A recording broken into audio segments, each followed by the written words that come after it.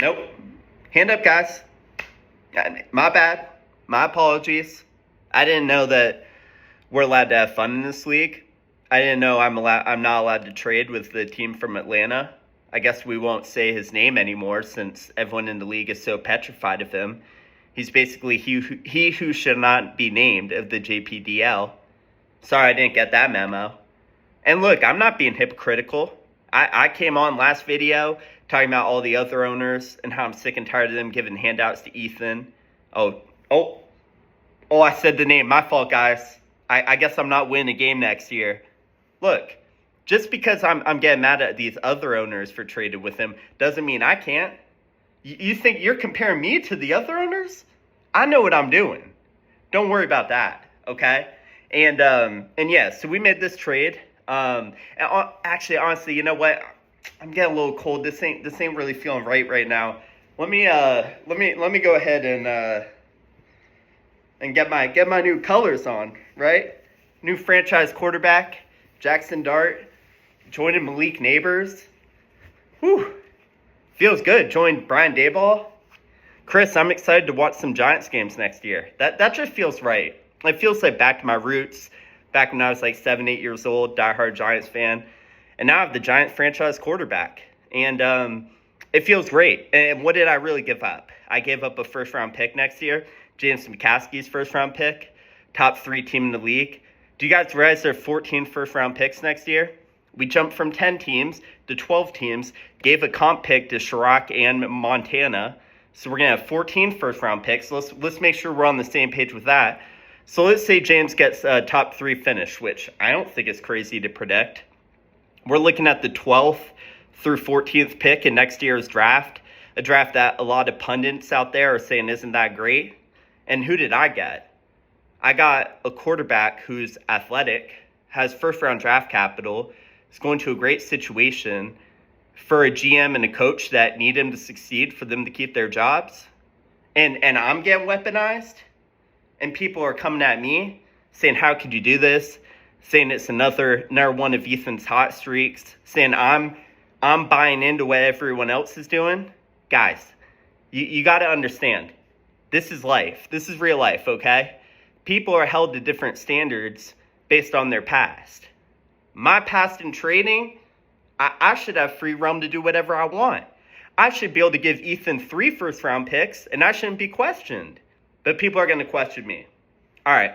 No, I get it. That's fine. I'm going to talk from my perspective, though. Toronto Mystics, this is a great day for our franchise.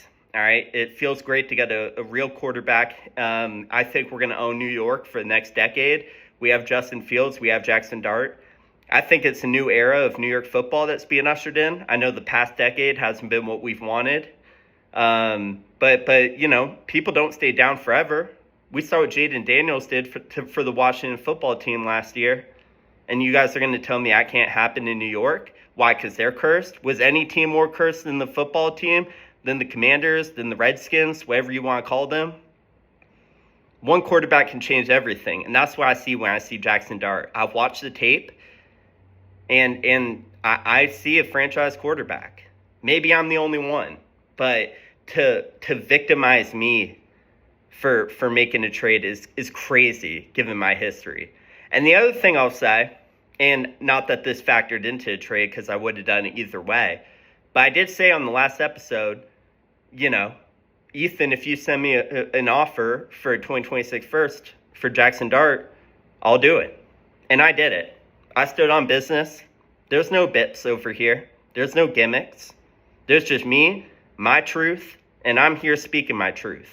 And that's what this trade is. It's about truthfulness, and it's about people sticking to their word. And if nothing else, if you guys want to say, you can say whatever you want about me, but you can't call me a liar. And you know, guys, some things are bigger than football.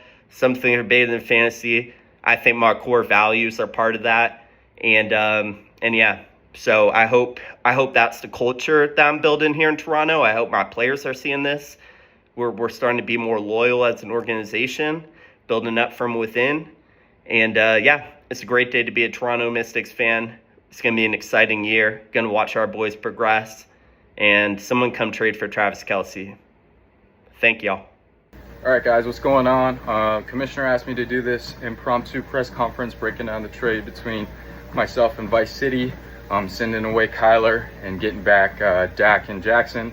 Off the rip, I just want to say I did a previous recording of this, realized I went on a 3-minute rant about, you know, the allegations being made towards Atlanta's front office. Look, we deny all of those at this time. If you have any further questions or concerns, call the front office. Happy to chat about it. But breaking down the deal, sending away Kyler, you know, I'm not out on Kyler. I'm just not as high as on him as I am on Dak this season. Obviously, getting Jackson on top is the value kicker, but for Ahmad, I think it's not as bad as, you know, people are saying. Look, he's got the stack. You know, it makes sense having the quarterback receiver stack. I did the same thing with Mahomes and Rashid.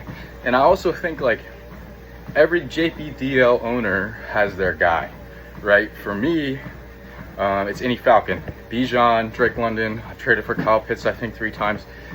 So there's always a dude, right? Mitchell, it's Justin Fields. For Mark, it's any white skill position. Will, it's A-Chains. And for Ahmad, it's Kyler. And so I knew that. He knows that I know that. And so I wasn't surprised when this deal was offered. He's getting the stack. He's getting the rushing upside. So I think it makes sense. I think that's his guy. You know, there's not a better feeling than getting your guy in the building. And I think, you know, I think he'll be all right with the move. Obviously, getting Jackson was the big win here. I'll touch on Dak real quick. I really like his outside the numbers metrics, you know, throwing deep down the field. I think Pickens is a match made in heaven for that. He's a great go ball runner, and CD's the guy. He's probably going to get 140 targets there. They're going to be in shootouts this year. Their division's got a lot of high-powered offenses. So yeah, I like his outlook a lot. Getting Jackson, that's my boy. Shout out to QB1 from this class, but we flipped him to Toronto. I think he's going to do great there. I think he'll probably end up playing late in the year, kind of like Penix did. I mean, I think the Giants have a late bye week, week 13, so he's got some time to develop there. It makes sense with what he's trying to do, but felt great about getting the 1 back from that. Shout out to Mitchell for, you know, standing on business there and, you know, saying something in the video and backing it up. Didn't even text him about it, just sent it through, watched the video, sent it through, and deal was done. But yeah, so essentially it's Kyler for Dak in a first. It's probably late first. James's team's pretty good. He's probably a top 4 team, if not going to be back in the championship. So it's going to be a late first, but I think Jackson was a late first, early second type of thing. So I'll take that re-roll there, feel good about the value. And now we have a couple firsts to deal with. So if anyone's interested in 26 firsts, you know, Atlanta's phone's always on, door's always open. So yeah, let me know. Yeah, shout out to you guys. Shout out to this league. Stay blessed, and you know, hit my sleeper app, man. I'm always down to work.